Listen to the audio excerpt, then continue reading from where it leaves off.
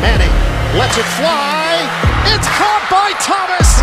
There's the record for Peyton Manning.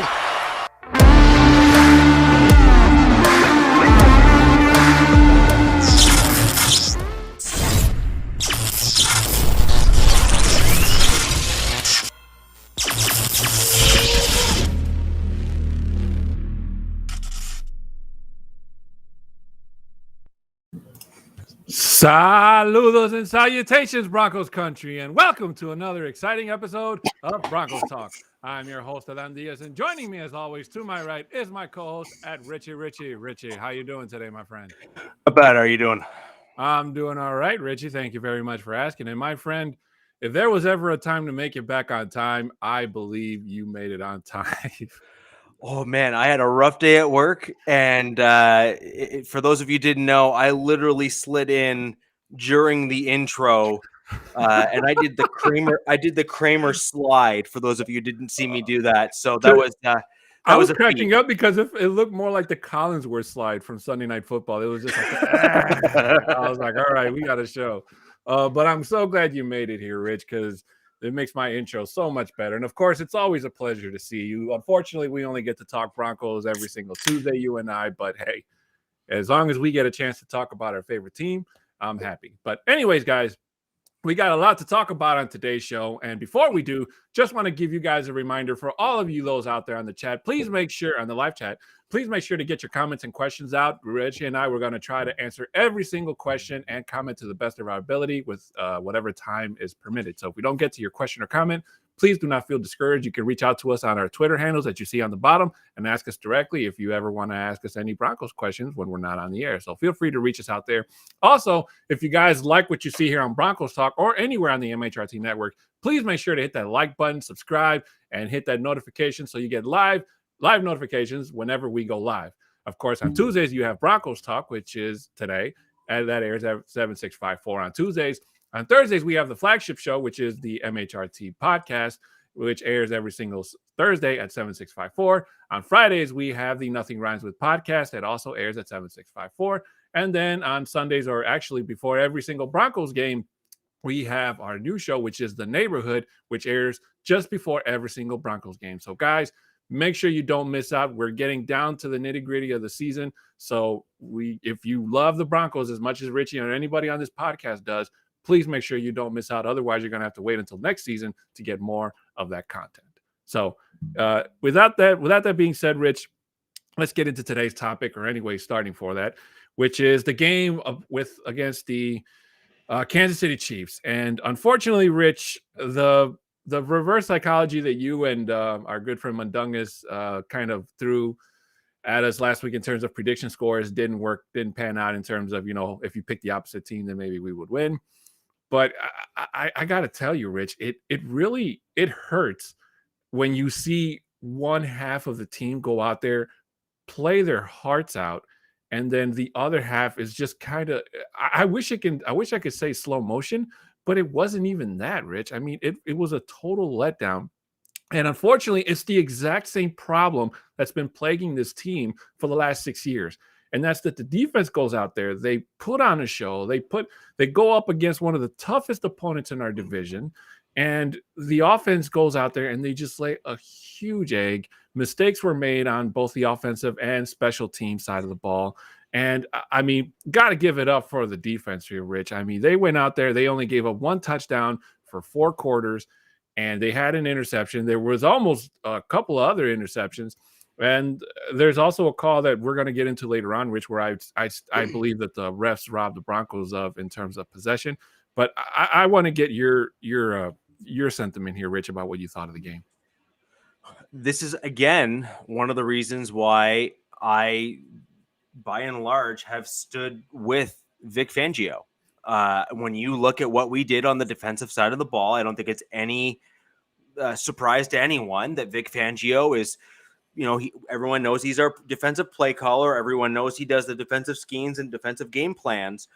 So when you look at what you saw today, that was a Fangio deal or against KC. And wow, did he ever hit that out the park from a defensive game plan perspective. We had that first, drive and whatnot, where it seems like Fangio's kind of throwing a bunch of different things to kind of gauge where we're at as a team.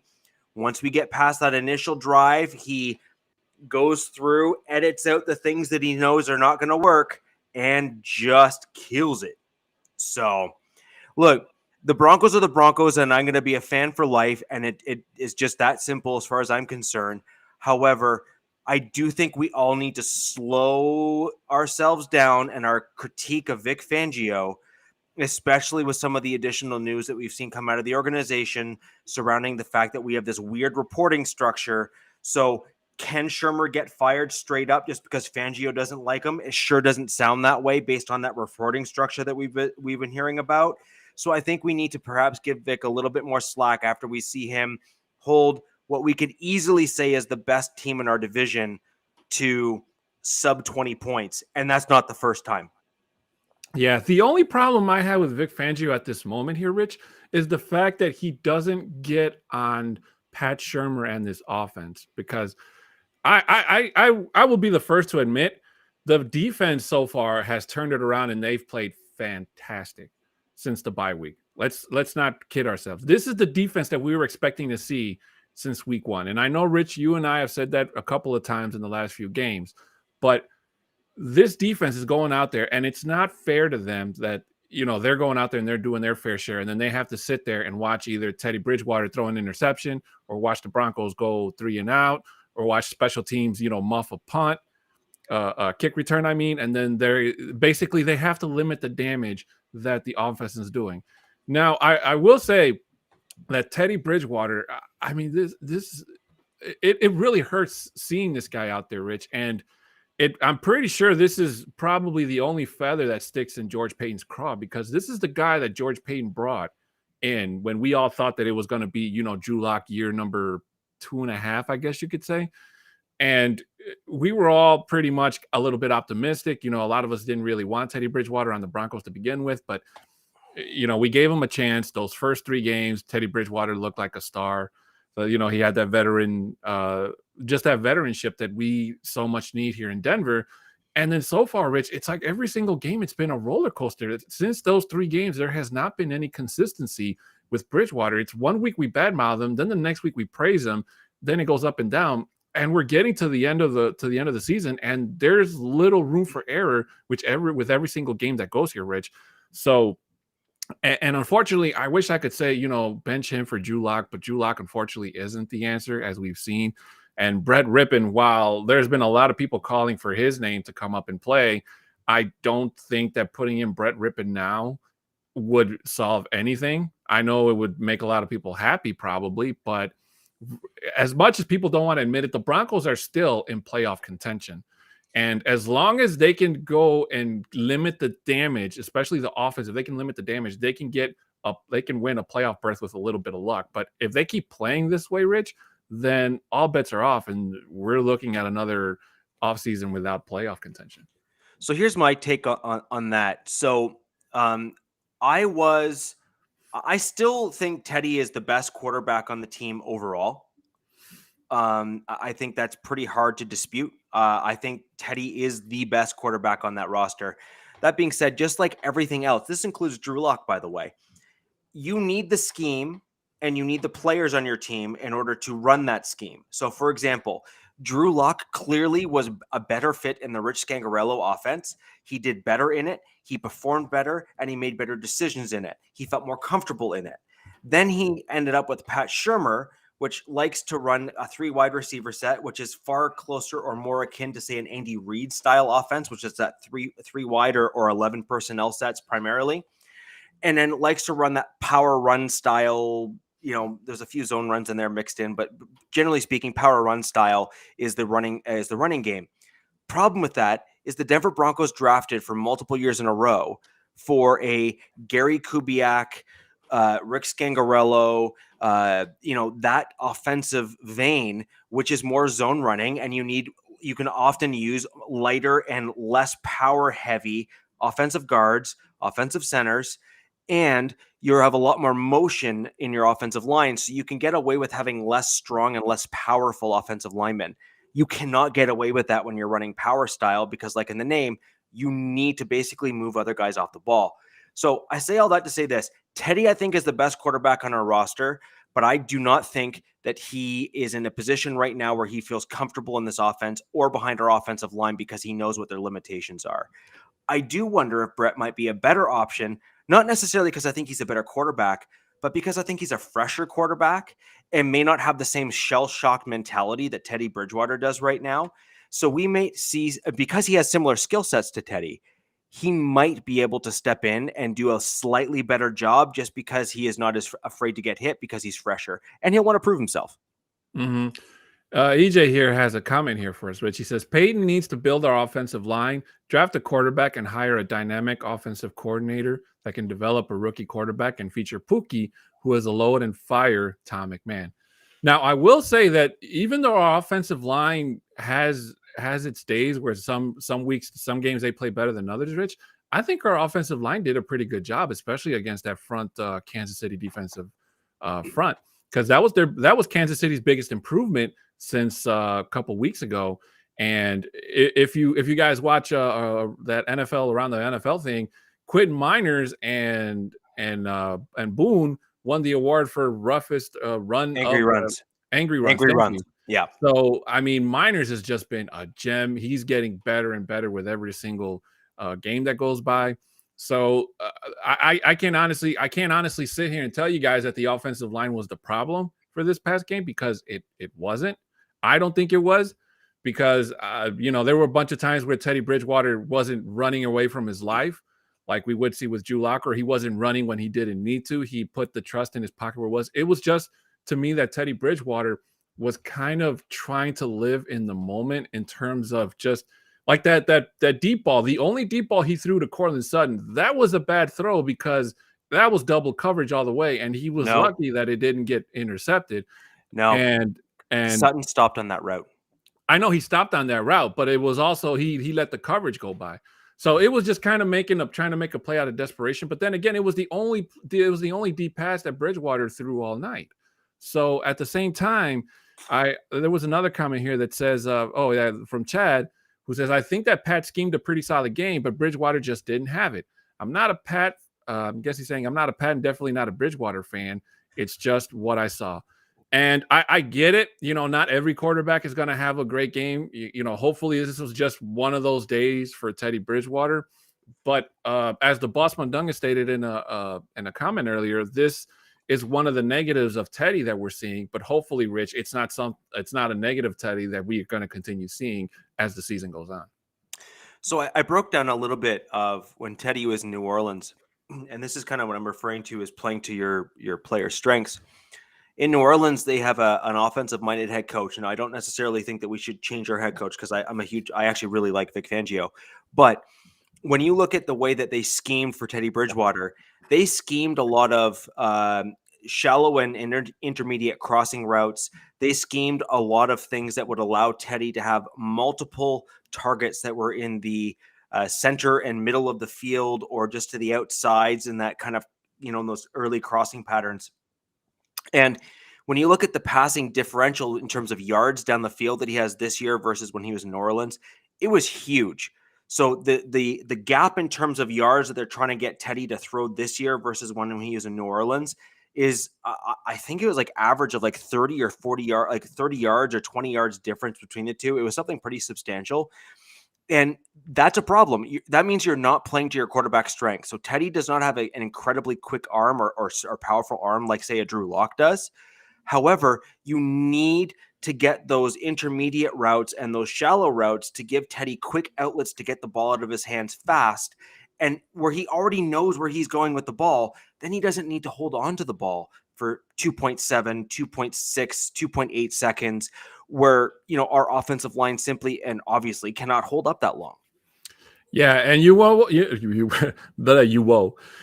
what, Rich? I agree with you on the Vic Fangio front. I've been a fan of Vic Fangio ever since I saw how he turned the defense around here in Chicago. And honestly, I don't think that Vic Fangio's job is on the line, because a part of me wants him fired, but then another part of me doesn't doesn't want him because I like the guy, and he kind of came into Denver with the Cinderella story, being a coordinator for so many years, never gotten a chance to be a head coach, and I honestly believe at this point in time that if George Payton wanted to get rid of Vic Fangio and he had somebody else in mind for the job, I think he would have done it the moment he came to Denver. Now there could be something with Joe and John Elway kind of throwing their 2 cents in, and trying to keep his saving his job, and maybe so after this offseason. But the turnaround in this defense, Rich, that could be the thing that saves Vic Fangio's job, because if George Payton does fire Vic Fangio, everybody knows, and you don't have to be an analyst to realize that the defense that he built is going to go out the door with him. Obviously Ed Donatell is going to follow suit. So it's going to be a really high risk if, Payton goes out and does get an offensive coach-minded coach, and the offense does improve, but you're going to have to sacrifice the defense because you're going to have to get a defensive coordinator that's not going to be of the Fangio type style of play, and more than likely going to change it. And it's a gamble at all costs. And the question is, would it be worth it? I don't think it'd be worth it to get rid of Fangio, specifically this season. Now, or going into next even. I want to comment on this by Mundungus here, and this is kind of where I'm going at in terms of having the right players, doing the right things, et cetera, et cetera. And this is where I kind of disagree with you. I think the offensive line was a reasonable part of the problem why we lost last game. Maybe not necessarily because they were wholesale bad. However, we need an offensive line when we line up at the 4th and 2, in 4th and 2 on the 9-yard line, where we're not sitting there as Broncos fans saying there's a 60-40 chance or a 70-30 chance that we're not making this. That's a 2-yard run that you should be able to bully guys out the way and make the play. Full stop, period. That should not be a question in that type of a game, especially if you're in that position for, like, say, the first time, or at least early in the game. That should not be an issue. You should be able to pull a play or two out of the playbook that will allow you to get home, unless the defense on the other side has some kind of like a breakthrough play where they end up with like an edge rusher that's able to blast their way through and stop the running back or something. You should be able to bully your way to the end zone. Now, with regards to Teddy and everything earlier, again, kind of piggybacking a little bit off of that comment, one of the things that I think really, really hurt our team was the right tackle position in this past game. I also think Reisner did not have a particularly good game, and Cushenberry did not have a particularly good game either. Cushenberry kept on getting pushed back and drawn back into the center of the field there, which prevented Teddy Bridgewater from being able to step up into some of his throws. You saw the very few throws that he was able to step up into the pocket. He either had to take an extra step back to then drive forward to get the ball down the field, and those are few and far between. So I think that I do think our offensive line is in fact part of the problem, and I think a new offensive center in the offseason is going to be critical for our team, especially if we want to be a running team, which I believe we should. And to double down on that, I also think that the both right tackle and left guard need to be replaced as well. Well, I will concede on the center there, Rich, because the center has been struggling, and unfortunately since last year, and it hasn't gotten better. So I will concede on the center part. Everybody else, to me, on that 4th down and 2 play, if you watch the replay, there was a big miscommunication on who was supposed to pick up who. So that's why that play failed. And, unfortunately, Miners, as great as he's been so far, we have to remember that he's still in his first season. So mistakes like that are going to happen. Unfortunately, it was on a 4th down and not on a 2nd or a 3rd, but it's one of those things when you watch it back on tape, you're like, oh crap, I was supposed to push, I was supposed to get him, but unfortunately I went the other way, and stuff happened. In the 4th and 2 run, though, that was a Pat Shurmur power run attempt where he didn't pull any guards. He didn't play to our team's strength in his play call. So as much as I will agree begrudgingly that I actually think on that play, Miners actually missed a block, what he should have been able to hit. Again, it's on the offensive coordinator to help adjust the scheme accordingly to play to your strength especially on a 4th down play. You need those points. Why are you pulling a play call that is probably not going to work well to your team's strengths? You should be going to the plays that have worked really, really well for you. And if you're going to lean on the crutch that had already seen dividends in that game, you would have leaned towards Miners pulling to the left and blocking between Reisner and Cushenberry to punch that hole through on the 4th and 2 if you were going to run the ball. Yeah, and Dave Glassman here has a question for us here, Rich, and he asks us, do you think Fangio keeps his job without a playoff berth or winning record? You know what, Dave? I honestly think he does. The only way that before the start of the season that I said, and a couple other people on here, I believe, said it as well, I could be wrong. The only way Vic Fangio would lose his job would be if the Broncos totally stunk, even worse than last year. Kind of like think Jets or Jaguars kind of stunk, or even Texans. If the Broncos were that bad, then yeah, Vic Fangio would have probably not been the head coach at this point. If they don't make the playoffs or they don't have a winning record, but the defense is still as good as it is right now and it keeps improving, I think that that's probably going to warrant maybe a warning from George Paton to Vic Fangio. And Vic Fangio more than likely is going to have to use a scapegoat. Obviously, it's going to have to be Pat Shurmur because Pat Shurmur hasn't been pulling his weight ever for a really, really long time now. Tom McMahon, hopefully he gets fired way sooner than later. But basically, I think that he's probably going to get off with a warning, kind of like either telling Vic Fangio to get a really good offensive coordinator or let George Paton go out and get a good offensive coordinator. But unless the Broncos lose these next 5 games, then Vic Fangio's job would be in trouble. If the Broncos lose the game against the Lions, which we're going to get into the later detail later, Rich, then the Broncos are in real trouble. And then I think Vic Fangio's seat is going to get really hot. Right. So I think Fangio keeps his job if we end up with a playoff berth, I think that's a likely scenario. If we get a playoff win, I would say it's a very difficult thing to even fire him at that point, because I mean that's a pretty big turnaround for any team to go from a losing season out of the playoffs 5-11 to then getting into the playoffs and winning your first playoff game. I mean that's a pretty big deal. So I think you'd be pretty hard pressed to give him the boot after that.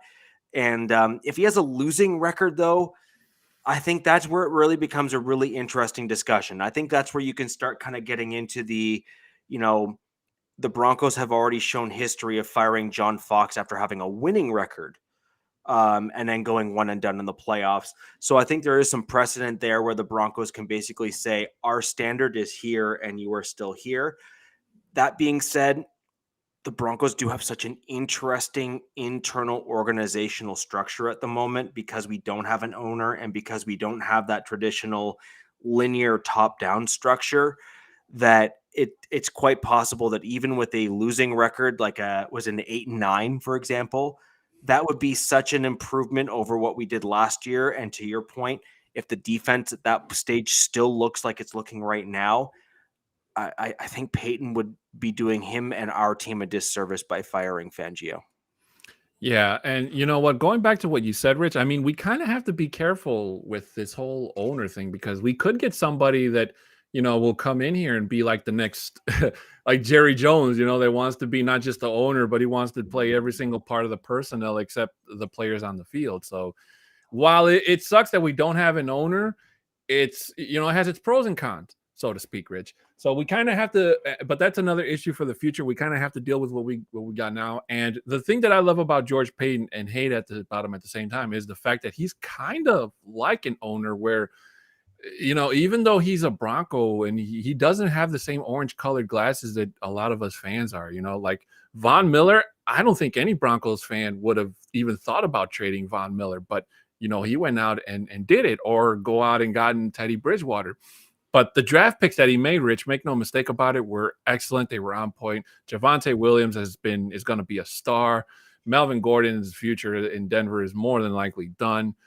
Quentin Miners, unfortunately, has to come in to cover for somebody from injury. But practice makes perfect, and it's going to make. Unfortunately, I say that's a good thing. Well, good thing for him, but you have to realize how much money we're paying the guy he's replacing. So that's a GM mistake. That's not a Miners problem. I know that's not a Miners problem, but still, one of the things that's always, especially last year, that plagued the Broncos really bad is how many players were on IR that the Broncos were paying a crap ton of money to. and they weren't playing. They were paying more people to sit on the bench than they were to play on the field. So hopefully that's something that can turn around. And obviously the GM has no control over injuries. We get that, but that's an unfortunate side effect of one of the cons of playing football is when injuries happen, and hopefully you just have to hope that they're not bad. But I did want to just jump in real quick before we kind of start slowly moving towards the Lions and our Mile High Mountain stuff and everything. But in our kind of review, if you will, of the Kansas City game last week, the one thing that I said I was genuinely concerned about, which was rather Shurmur trying to outplay Kansas City at their own game and basically try to say, I can do it too. I can do it too. And so I went through the game and I rewatched it and took some detailed notes. And the one thing that stuck out to me was, and my big note at the end of the first half was, Shurmur was trying to out Kansas City.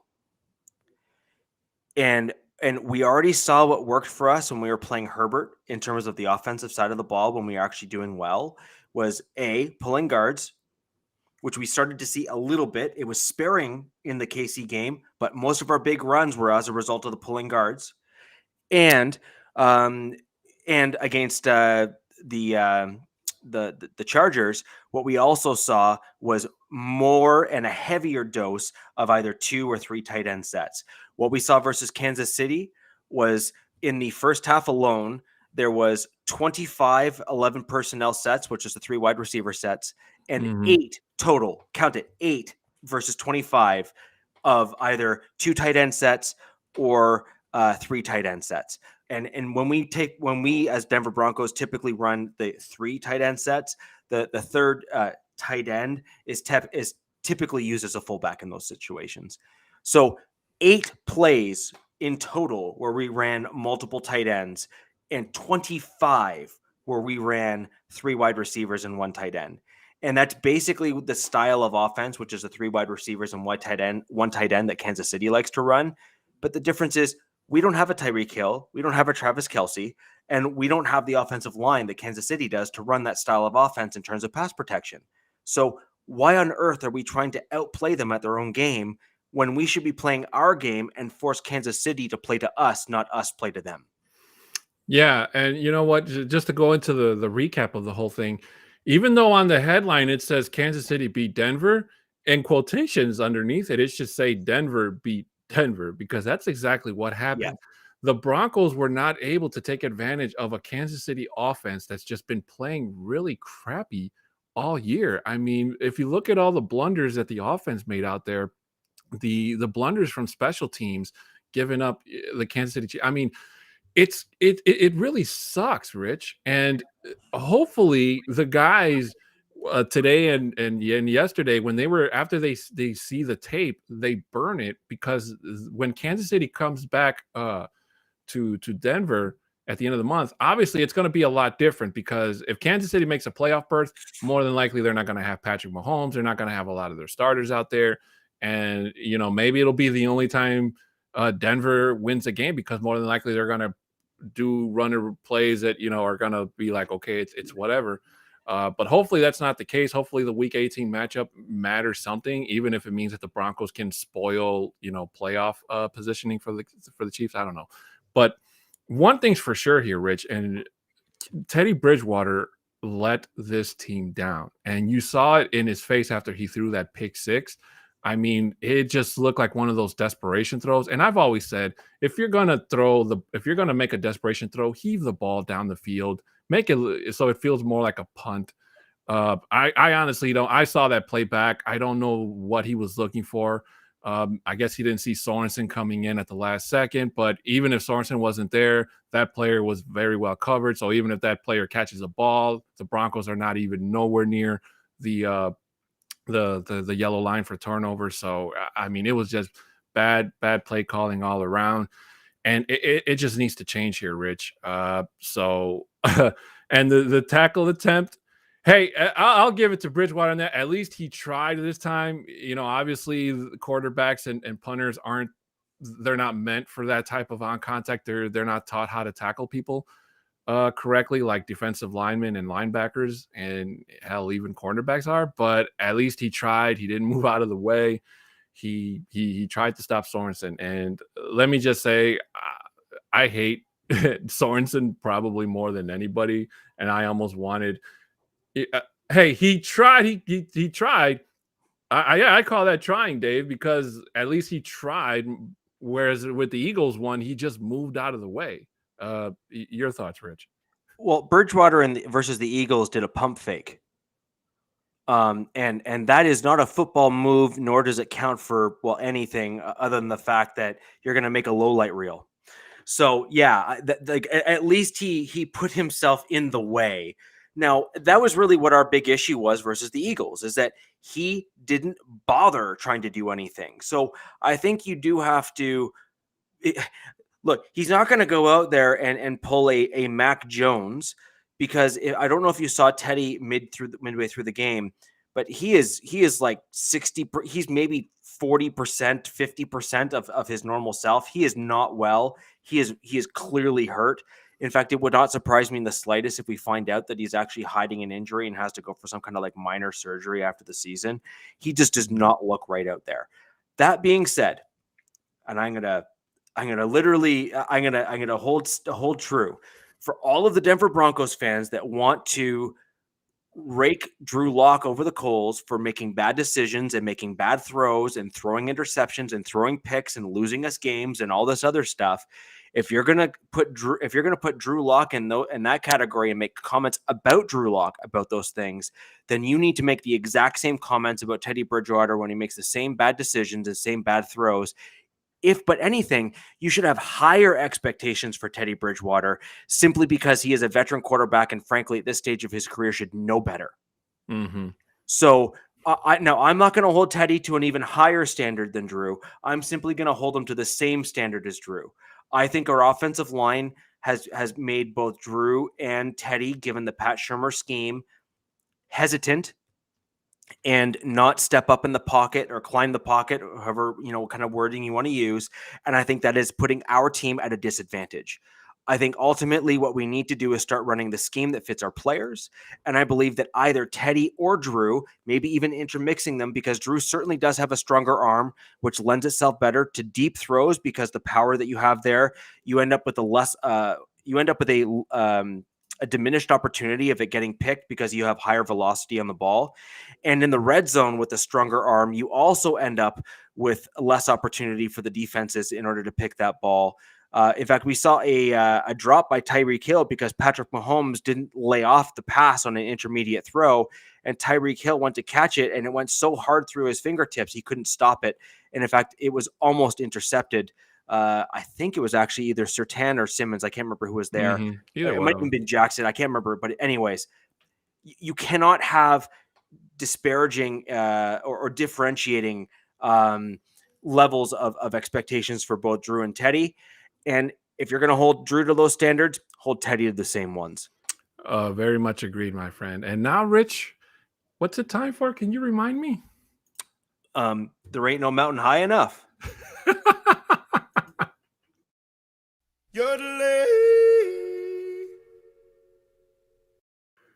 Oh man. For some reason I keep forgetting about that delay, but I was practicing it before the show and I still can't get it right. Jesus. Anyways, guys, it's time for everybody's favorite segment. It's time for the Mile High Mountain. For those of you that are new to the show and don't know, this is where Rich and I we kind of pick our three picks. Top of the mountain, who we think was played excellent. Middle ways, on the rise, climbing up the mountain. And then bottom ways, who we thought was played really bad. And then the airplane home, who's just shouldn't even be playing with the team. So, Rich, I thought I'd start off, if it's okay with you. I'm going to give the top of the summit for me was obviously Javonte Williams. I mean, he was a star out there. He was a wrecker. He got the ball where he needed to be. That 4th and 2, unfortunately, his offensive line did not do him any favors on that play. So as much as he's a power runner and he can get through people, when you have a hole like that and you got somebody coming through it, it won't be the same thing. So for me, Javonte Williams is the top of my summit. climbing up the summit right behind him is, of course, for me, Quinn Miners, because I mean, the man was just, when he pushes people, I mean, I'm pretty sure he reminds me of the Water Boy. The Water Boy pictures people making fun of water, drinking Gatorade or what have you. And I picture Miners just thinking of people as trees, and he just goes out there and he's just pushing them down as strong as he can. And this is a guy who's he's on the rise. He's going to be a really, really big star here in Denver. And unfortunately, his center next to him isn't doing him any favors, but hopefully that can be improved in the offseason. And he's only going to get better with time. The bottom of the summit for me, Rich, is going to be, unfortunately, Teddy Bridgewater. I felt like this was a giant step back from what we saw out of him against the Chargers game. And, now that you mentioned it, a lingering injury would be something to look forward to. I mean, that shot he took last week hopefully didn't do anything that the Broncos aren't reporting, that didn't show up on an injury report. But he got up limping on one of those plays against KC. Yeah. And hopefully it's not something where, and it's something that I don't really I don't frown upon it, but I kind of don't really agree with that. A lot of quarterbacks try to play through the pain, knowing that they're hurt, and they go out there and they still, throw the ball and put themselves in danger where they're really hurting not only themselves, but they're hurting the team, because if they go out there and they might win the game, but they're also hurting their chances of, coming back with the team. And then the team has to rely on plan B, especially around this type of the season, Rich. If this was like earlier, like starting, that's a whole different story. But hopefully Teddy Bridgewater can get things back on track and go back to being the vet that we, kind of fell over with at the beginning of the season. And then for the plane ride home, it's just Tom McMahon, Rich. I mean, that special teams catch, having your own player bump you, that's just terrible play. And Tom McMahon he just needs to go away. So I can't blame Tom McMahon for what I believe is a Deontay Spencer issue. Deontay Spencer was at the bottom at base camp for me at the end of last game. Problem with this game is that there were worse. And so Deontay Spencer will simply get an honorable mention for me being beat out by somebody else, which is a feat in and of itself. So at the top of the summit for me, I have Javonte Williams. I think you and I are basically in lockstep on that one. No pun intended, although, hey. So I think that Williams really just showed that he can be that bell cow back. He can be that guy that you rely on game in and game out. Now, I did hear some interesting things after the game. I don't know if you heard them too, that there was some talk actually where Javonte and Melvin had actually both kind of come out in lockstep with one another and simply stated that, yes, he did really well. Yes, Javonte, obviously had one heck of a game, and you can't take that away from him. But that both Gordon and Williams both like the fact that they're able to take rests between plays and not really have a substantial drop-off in production that's huge between either of them. So I think that's something to take note of, and that's is pretty interesting. Mm-hmm. Now, this is the one where I actually struggled with, and I actually ended up having Pat Surtain beat out Quinn Miners only because I felt Quinn Miners I know Quinn Miners had 3 to 4 pass protection plays that he struggled with in this past game, whereas Pat Surtain only had 1 play where I was screaming at the TV at him. So 1 versus 3, I had to give the nod to Surtain. He also had that interception, which I think was really well played. He put himself in a good position there. So Pat Surtain for me was on the rise. Quinn Miners is just an honorable mention for me. Just obviously his play was, I think he more than made up for his mistakes, but he made mistakes nonetheless. And we need to see him improve on some of those plays. At base camp, this was actually my toughest decision. I had a real hard time with this. I had Justin Simmons there originally. If you go back and rewatch the game, Simmons made a ton of mistakes in the backfield this game, including the Patrick Mahomes run in for a touchdown. If you go back and rewatch that play, Simmons was meant to be on the right-hand side of the field, and just as the ball was snapped, he bolted over to his right, which is basically out of frame and away from where Mahomes was running, and he never made it back in order to make the tackle, which is a huge issue. And then, of course, Surtain on that play was kind of one of the reasons why I hesitated to put him on the rise, just because he didn't really make an aggressive effort on that tackle. But ultimately, I landed with Teddy Bridgewater. Again, if I'm going to hold Drew Lock to a standard where I don't expect bad throws to be made, I'm going to hold Bridgewater to the same standard. And ultimately, I felt that Bridgewater should have made some of those throws given his veteran status. Now, I also don't think that his offensive coordinator did him any favors, but doesn't change the fact he made bad throws. And on the play ride home for me was Pat Shurmur. If you can't game plan knowing your team's strengths, then you have no business being a coach in the NFL, in my opinion. And I think Pat Shurmur tried to show that he was the better of the two offensive play callers and failed miserably. You put up, 3 points? And that is pathetic. So ultimately, at the end of the day, you need to recognize the players that you have on your team and scheme your offense accordingly. A defensive scheme is much, much different than an offensive scheme. And I think a defensive scheme can be slightly more rigid than an offensive scheme. But ultimately, offensive scheme, you need to build around your players and work around them, because you can't make a slow guy fast. You can't make a guy that can't pass pro. So you need to start running the ball more, and you need to start doing so in such a way that puts players in their best spots possible. Pat Shurmur, head on home. So much agreed. Rich, do you feel that's getting kind of hot in here, Rich? What's going on? Whatchamacallit? Whatchamajig? It's feeling kind of hot in here, Rich. I agree. I think it's time for the Hot Five. Hot Five. I agree. Sizzle. Ladies and gentlemen, Rich and I are proud to present to you today's Hot Five, brought to you by the MHRT Networks. So without further ado, here we go.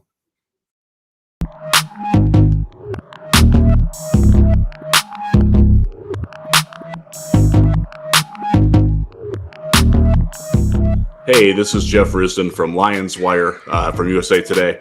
And we've got a few things to talk about here with the Detroit Lions and how they can beat the Denver Broncos this week. First thing first, number one thing, the reason why the Lions win or lose is their ability to throw the ball down the field. They won one game this year. It's not coincidental that that's the game where Jared Goff was the most aggressive in attacking down the field. He got good protection. He was able to find guys like T.J. Hawkinson, Amon-Ra St. Brown. Josh Reynolds has made a nice little impact on that. And the ability for Goff to look down the field and stay with it opens up the rest of the offense. It helps the run game. That's something that's very critical. So being able to aggressively throw the ball down the field doesn't even have to be that successful all the time. Just the ability to do it is something that's critical, especially against a Denver defense where you're going to have to try to make some plays at some point. Second thing with that, you do have to run the ball effectively.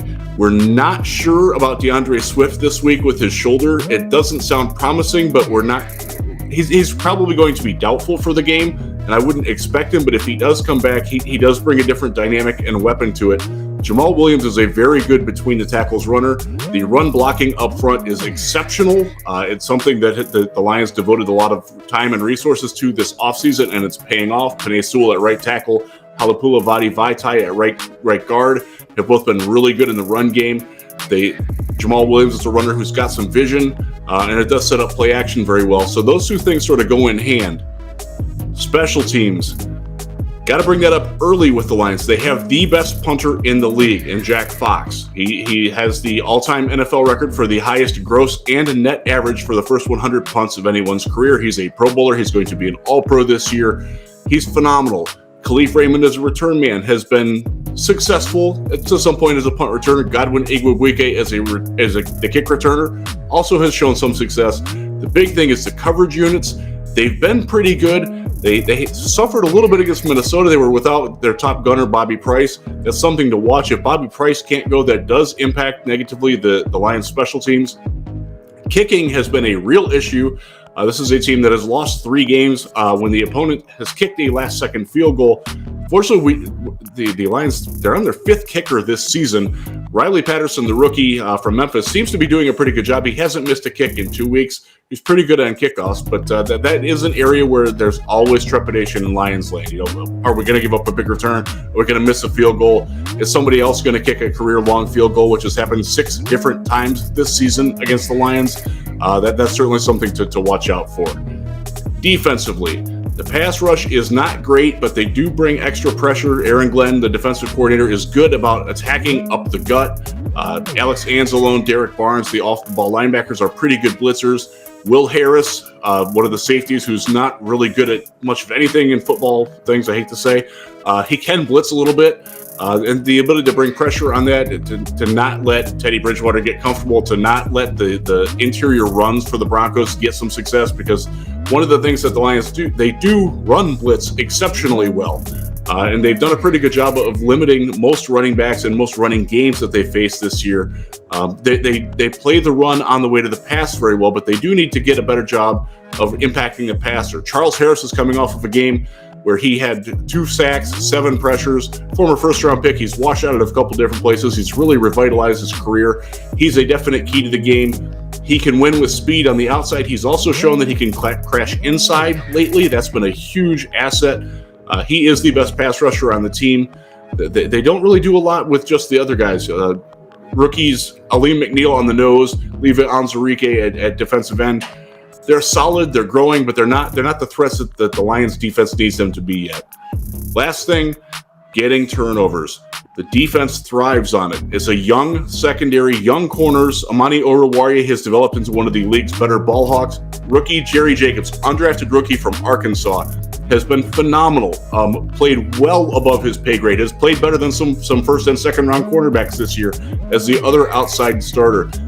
Only has one takeaway, but he's a guy who will aggressively go after the ball when he locates it. He doesn't locate. Actually, that's one thing that I'll bring up real quick. The Lions defensive backs do not locate the ball in the air very well. If they're looking at the quarterback in zone, they're good about it, but they don't locate when they're in man very well. So that's another thing that you have to watch for.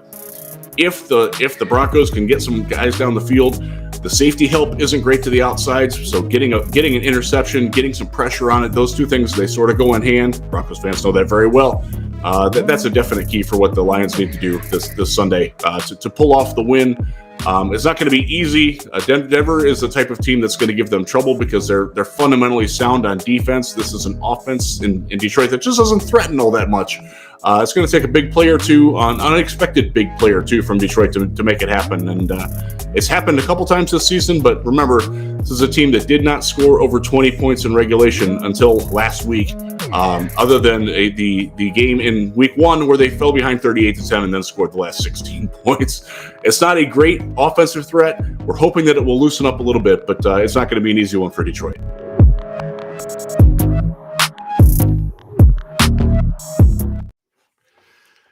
And shout out to our special guest for coming on the show and dropping us a very good amount of knowledge here, Rich. And unfortunately, you know, as some of you guys know that have been with us for a while now, my brother is a real big diehard Lions fan. And I can't tell you guys how happy he was watching his team win a game. And I mean, hell, everybody in Detroit that game it almost felt like you were watching somebody win the Super Bowl, as a lot of people were comparing it to, Rich. But unfortunately, that sentiment, when they come to Denver, it's not going to fly. Now, the Lions are coming off of, very high-spirited. But as EJ says here in this comment, and it had me laughing, this guy's making it seem like the Lions are a good team. Now, the Lions may not be like a playoff team, and they're more than likely not going to be in playoff contention at all, especially after this game. They're not. Well, no, I mean, I think they're out. I think they're out. But the only team that I know that is mathematically eliminated that I've seen so far is the Texans. So, mathematically, the Lions aren't out yet, but that's more than likely going to change. And I'm just going to bring it right out off the top because I'd actually like to hear some comments to EJ's comment there and also to this one as well. The Lions have lost 4 games by 3 points or less. Mm-hmm. 4. So imagine what your record looks like when you lose 4 games by 3 points or less. So this is very much like almost like a Fangio in 2020. We had about 2 or 3 games there where we ended up losing by that last second field goal by the opposing team. Yeah. Imagine what your record looks like when that team doesn't get that field goal, or where you're able to hold them back, or you're able to kind of just rejig a few things there at the very end. All of a sudden, your record looks pretty darn good. In fact, it almost looks like almost where we're at now this year, where rather than a 4-win team at this stage of the season, you're at a 6 or 7-win team at this stage of the season, which is basically what's happened to us this year, is that we are winning a lot of those games where we would have originally lost them due to better players on our team because we've improved the talent on our roster, Quinn Miners, Patrick Surtain, et cetera, right? So I just think we need to be very, very careful and cautious as Broncos fans, and I really hope our coaches are not sleeping on the Lions. If you've actually watched the Lions games this year, I have actually seen quite a few because I really like their head coach. I'm a huge Dan Campbell fan. They are tough. They play just like their head coach. Their head coach reminds me a lot of the style that I like to play, and he has a similar kind of personality, if you will, in terms of how I like to do things when I play contact sports. It's just run through brick walls and then, see how hard you can hit the guy on the other side. Yeah. And that's his style of play. I think he played that way in the NFL. He is coaching the same way. And when you have a team that is basically not talented as much as, say, a lot of the rest of the NFL, but you're able to still look decent for a good portion of most games that you play against pretty good teams, that's actually a bit of a difference maker when it comes to quality of coaching. And I think that's what Dan Campbell does for his team. Just imagine once they start getting better players and start cycling through better players and they still keep that intensity. I think the Lions are in a really, really dangerous spot right now where within a year or two, they can be really, really good. Yeah, I can actually see that, but as long as Aaron Rodgers is sitting in Green Bay, that's probably going to be up for contention. Not to mention the Bears are just one coach away from, turning Justin Fields into the star that he's destined to be. And the Vikings, well, the Vikings are the Vikings. So, but with that being said, Rich, let's not forget that Anthony Lynn is coming to Denver, and the Broncos defense should be very, very much very well familiar with the Anthony Lynn system. And while he's not coming in as a coach, he is the offensive coordinator, if I'm not mistaken, for the Lions. So the schemes and the plays that the Lions run should not be anything new for this Broncos defense, and it should be something for them to take advantage. Matter of fact, especially because Anthony Lynn has not seen the linebacker core that is Baron Browning and Kenny Young. And, I think that this game, I do agree with you. The Broncos should not sleep on the Lions. We should not act like this is a cakewalk.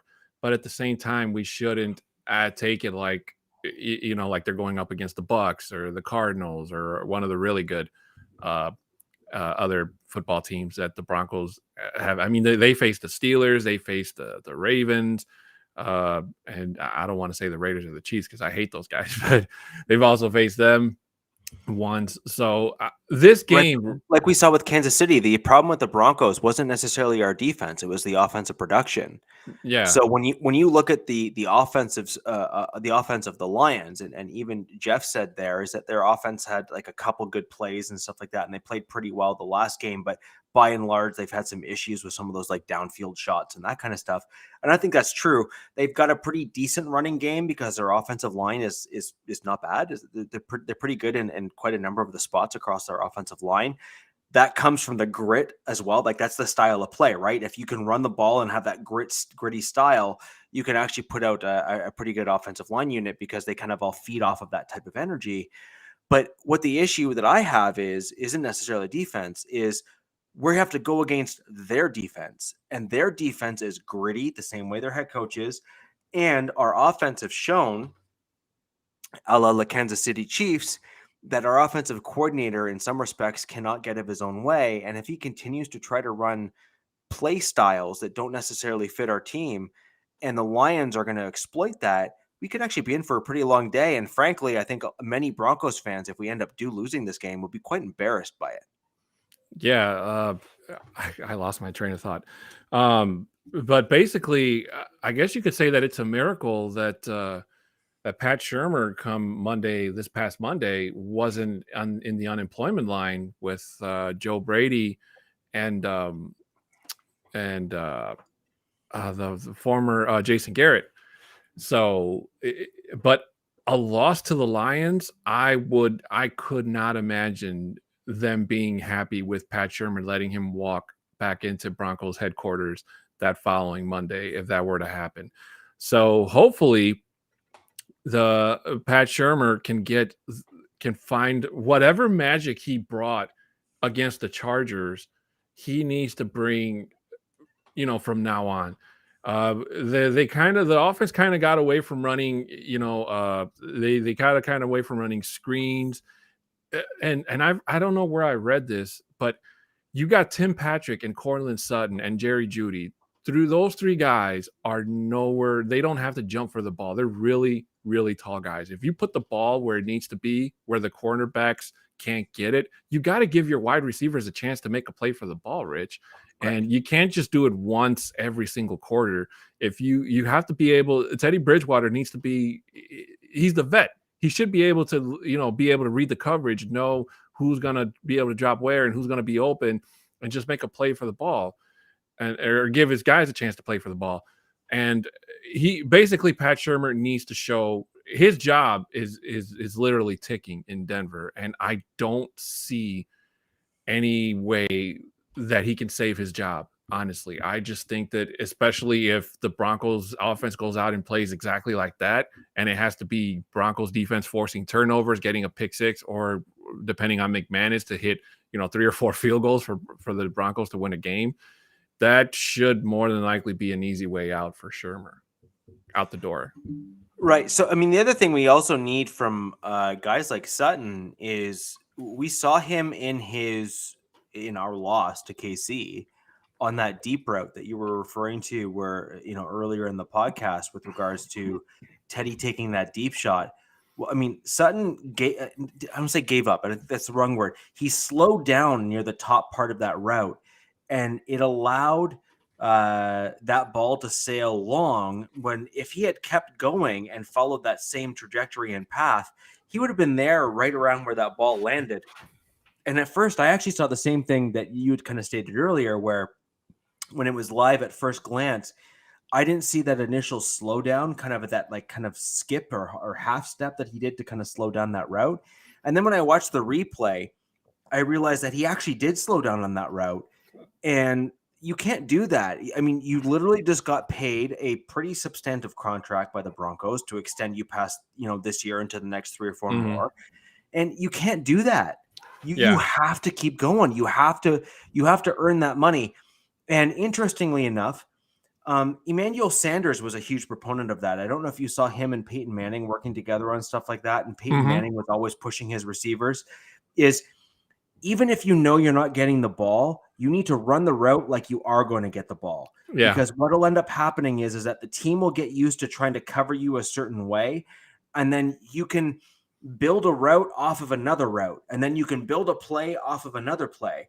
But if Sutton knows he's not supposed to be the first option and then slows down because he doesn't really want to run at full tilt all the time, well, then the team's just going to not play him strong, and then he's going to keep on failing and not getting balls like he's had the last few games. So I think we really do need to see him step up. Yeah, no, and I totally agree with you there, Rich. I actually tweeted that Courtland Sutton stopped. Like, he thought the play was over until he looked back and he saw the ball in there, and then he was like, oh, crap. And I mean, I guess I must have seen it from a different angle than you did. I just thought that it wasn't the best choice for Bridgewater because, I mean, I don't know. But I do remember I tweeted out that Courtland, I said something smart because I was mad. I was like, Courtland, you have to run all your runs even if the ball's not coming in the NFL. A play like that is basically open. Like when you have a guy who's 6'4", 6'5", and can run at the speed as Sutton can, he's got 4 to 5 inches or 4 inches on most of those DBs that he's going up against. I don't fault Teddy for that throw at all because in the NFL, that's an open throw because that would have been high. So Sutton could have high pointed that or kind of caught that in stride. That's an open throw so long as he doesn't stop on that pass.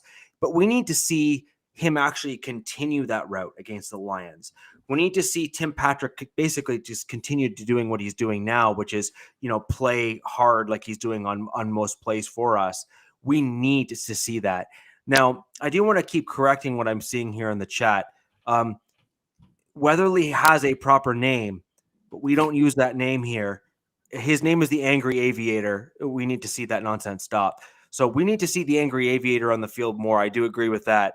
But I don't know who this Weatherly character is you're speaking of. I guess we're going to roll with that one, huh, Rich? But yeah, I mean, against this Lions team, though, Rich, they're really hurting at linebacker. So I do believe that if Melvin Gordon is back, or either him or Javonte, they should be in for a really, really big game. Their corners, I mean, their defense is not like elite per se. I mean, you saw what the Vikings did to them, and the only reason the Vikings choked is they I'll give them this. They did lose one of their best pers in Adam Thielen in that game. He was out with an injury, but still. I know, killed by fantasy team. Yeah, you and me both. And so basically, we just need to get Bridgewater back into. We need to get him back into the rhythm. The defense, I'm not so much worried about our defense. I think our defense is going to do just fine, keeping Jared Goff at bay. The Lions don't have, as our host, our guest mentioned, the Lions don't have a running game because they don't have a dependable running back right now, Rich. And I don't see them, bringing in any of their injured players and risk them getting hurt even more, knowing that they don't really have a shot at playoff contention. So I think that the Lions run game is nothing that we need to worry about. Their wide receivers, Pat Surtain. I mean, Kyle Fuller is the only cornerback that worries me. Especially because Fangio seems that even at this point in time that they're still trying to figure out where Kyle Fuller is best at. But even so, I don't really think that Kyle Fuller and it sucks saying this, especially seeing where he came from or whatever. But as long as Fuller doesn't give up any big plays, which he's done so many times this season, I think the Broncos will be okay. It might just be Jared Goff just heaving the ball, trying to make something happen. But like I said earlier, this is an Anthony Lynn offense. This is something that most of these Broncos players know. So they should be able to kind of figure it out. And, it shouldn't be nothing less surprising. Their special teams, they have been known to make some really surprising special team moves. So that kind of concerns me because Tom McMahon is just terrible.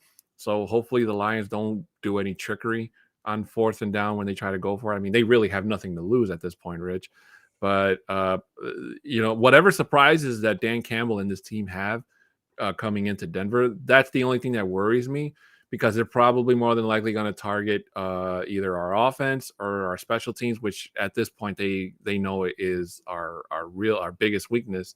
And unless those two things improve, then the Lions have a long shot, in trying to score an upset. But I just don't see them actually beating Denver, even if Teddy Bridgewater's regression continues and the offense is not able to put up any points.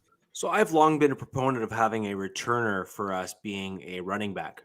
I always thought that Philip Lindsay would have made a great returner for us when he was here. I thought that he kind of ran with that kind of quick shiftiness that you need from a returner, plus that angry ability to absorb that first impact and keep going. Mm-hmm. And I think that the wide receivers, while they can be slippery in terms of as they go through creases and whatnot, unless they have that elite shiftiness and quickness, you're seeing more and more of it this year with the wide receivers just getting absolutely just clocked in those first one or two kind of steps after they catch the ball. So in my opinion, I think what we need to start looking at is more aggressive returners, guys like Mike Boone. Like we saw some really great runs from him this past game. Mm-hmm. And I think that is a better option for us as a team is to have Boone back there who has shown that he could come in as a third back from time to time and be maybe even a second back on the field for us, in addition to, say, a Javonte Williams and being another option, add a wrinkle to our offense. And you throw him back as a return guy. I think at this point, I've seen enough of Deontay Spencer to say that he's regressed and he's got some issues. Mhm. Yes, I understand that our team has quite a number of injuries. That being said, I think that it's time for us to see a more resilient return guy back there. And I think Mike Boone should be that guy for us, given what we saw last game. I say at this stage here, you have nothing to lose. Go for it.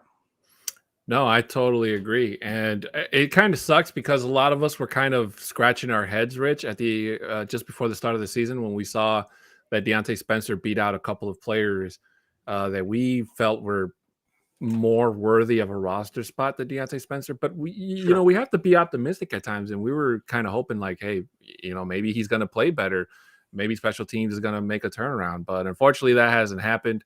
And I believe that Deontay Spencer has more than worn out his welcome in Denver in general. Because, I mean, if you only look at it, his only highlight so far is that kick return he had against Carolina last year. And, I mean, other than that, that's pretty much it. So, I mean, you can say it's because of Tom McMahon, who's the way he coaches is hurting the special teams unit, which is a valuable argument. But at the same time, Spencer just doesn't seem to be that kind of guy who can find those gaps, who can, make moves when necessary. And he just, I mean, it's terrible. I mean, he's no Trendon Holiday. Let's put it that way, who was one of the best kick returners for Denver. Yeah, except he kept on fumbling. Yeah, he did have a fumble problem. Now, I think what the issue with Spencer is that he's just shown that some of his fundamentals can be challenging. I'm really harping a little bit on special teams here, just because our guest here, Jeff, specifically made a comment about the gunner for the Lions being questionable to play against the Broncos in the game there. And so if their main gunner or their best gunner is out, then that could potentially leave those first 5 or 6 steps that you end up downfield potentially, not definitely, but potentially being unblocked, which would allow you to maybe get from the default, say, 20-yard line to maybe the 25 or 27-yard line. And then it's a matter of whether or not you can get another block or two in order to maybe get to the 30 or 40. So if we can get back that far or get out that far, then I think that's a good thing. The problem is that Spencer has shown a propensity to run into the back of other players that are not ours. And he's also shown the inability to show discipline in the return game there.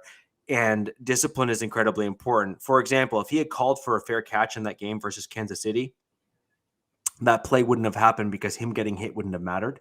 Mm-hmm. It would have just been, we would have been further back because eventually the ball would have been touched by either us or Kansas City. And that would have just been a different outcome to the game because we would have had a less of a deficit to come back from. Now, when I'm looking ahead at the Lions, question for you and others, with Swift being questionable to play at best, and I think that's being generous because he's got quite a severe injury there. How do you think we manage and how do you think that impacts Fangio's defensive scheme in terms of what he's going to come out with? Do you think he's going to go like he tried to do the initial stage of Kansas City, where he went with his speed guys, where he had Jones and Ajeem on the field at the same time? Or do you think he's going to go more the heavier set guys to try and push the offensive linemen back for the Lions and go with Stephen and Williams there on the IDL? Well, I'll tell you, for one, I don't envy the man that has to line up across Penei Sewell. Penei Sewell has been playing some really, really good football. And in an article that my brother sent me earlier today, he's slated to be one of the best offensive linemen from the draft, if not the best offensive lineman in terms of, protection. So getting past him one-on-one is not going to be easy, maybe damn near impossible. So you might have to overload. So, bring it in and do it that way. But other than that, it just, I don't see it. I don't see it. So, I think that if they overload that side or, kind of find ways to get to Goff, but just force Goff to be uncomfortable in the pocket and then just force him to make throws that he's not comfortable with, and that's going to be the key. That's how a lot of players have beaten Goff. Just basically forcing him to make throws that aren't there, and that's. I mean, I got nothing else. So I have to read that article, so I'd be super interested in seeing it. The one thing I haven't been able to compare with Sewell, particularly this year, is there's two types of rushers, right? So there's your Von Millers, there's your quick, fast, shifty guys that are in that kind of a mold that are TJ Watt would be kind of similar to someone like a Von Miller where their main game is speed.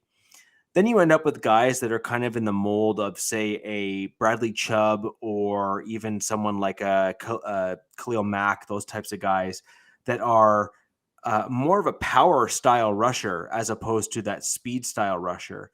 So I'd be very interested to see if Sewell has held up well against both styles, or if he has typically only faced one versus the other. So, for example, Jonathan Cooper is a little bit more of a speed style rusher with a few extra moves added in there.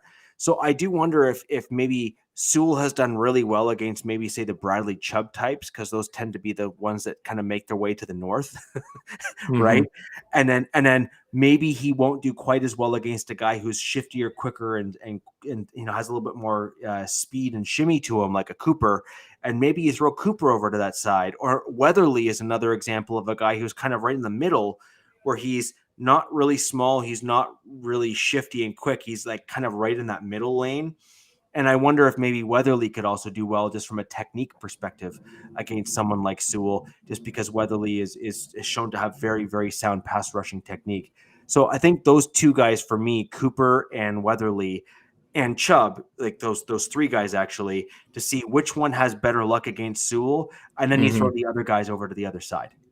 Right. So final prediction here, Rich, in terms of score, I'm going to say Denver wins this, and I'm going to say 21-17 Denver. I think that our defense is going to be a difference maker here. And I think that's going to be the big kind of difference maker in this game. And I think it's going to allow our offensive coordinator to be forced to play to our run game instead of the passing game. And so I think what we're going to probably see is a game that's a little bit more out of hand in terms of in our favor, just because I think this can play into our style of play if that happens. So I'm going to say 27-10. And I think that's because our defense is probably going to get at least one interception, and we'll put ourselves in short field and probably get us a touchdown extra that we normally wouldn't have had, or even a pick six. We've done pretty well in that department in the last two games, so I think that's certainly possible. Goff has certainly shown had a propensity to throw those types of things in the past, so that's not out of the realm of possibility. And if that happens, then Shermer will be forced to run the ball to try and maintain possession, run down the clock. And I think that actually plays more to our offensive strengths, as we saw last game with Williams in terms of running the ball and really chewing the clock. Yeah, so much well said. Well, guys, that's going to have to do it for today's show. Rich and I would like to thank everybody that was able to join us here in the live chat. Dave, Mundungus, EJ, Avatar, Vic. If I'm forgetting Chad, if I'm forgetting everybody else, I do apologize. Can't remember everybody's on the top of my head. But guys, just want to remind you that if you enjoyed the content you've heard here today and saw, please make sure to hit that like button and subscribe to the MHRT Network so you get live notifications whenever any one of our shows go live. So just to recap, we have Broncos Talk that airs every single Tuesday at 7654 with myself and my co-host at Richie Rich. On Thursdays, we have the MHRT Podcast, which is the flagship show, which features the boss Mundungus, our good friend Glenn Hauser, the Mr. Boggins, and myself. That's every Thursday at 7654. On Fridays, we have the Nothing Rhymes With podcast with our good friends Johnny and Isaiah. That airs every Friday at 7654. And of course, as I stated earlier, we have the Neighborhood, the pregame show that airs just before every single Broncos game. And guys, as you know, we're getting towards the end of the season, so you don't want to miss out and have to wait for another live episode of the pregame show. So make sure you're subscribed so that you don't miss any single moment. And shout out to all of our audio listeners out there, to the Anchor family. Thank you guys so much for coming in and listening to us after the fact. We love you guys at Apple Podcasts, wherever. So wherever you guys are listening to us after the fact on audio, please make sure to give us 5 stars, thumbs up, give us good ratings so that it spreads out to everybody in Broncos country so that everybody can hear us talk. So with that being said, Rich, we're going to head on out of here. But before we do, we're going to do everybody's favorite part of the TND show. Rich, are you ready? Oh, I'm ready. Here we go. Mile 5. Woo! We got to work on our timing there, Rich. For Richie, I'm Adon Diaz. Guys, have a good night. We will see you all next week. And as always, go Broncos. Broncos. Hasta luego.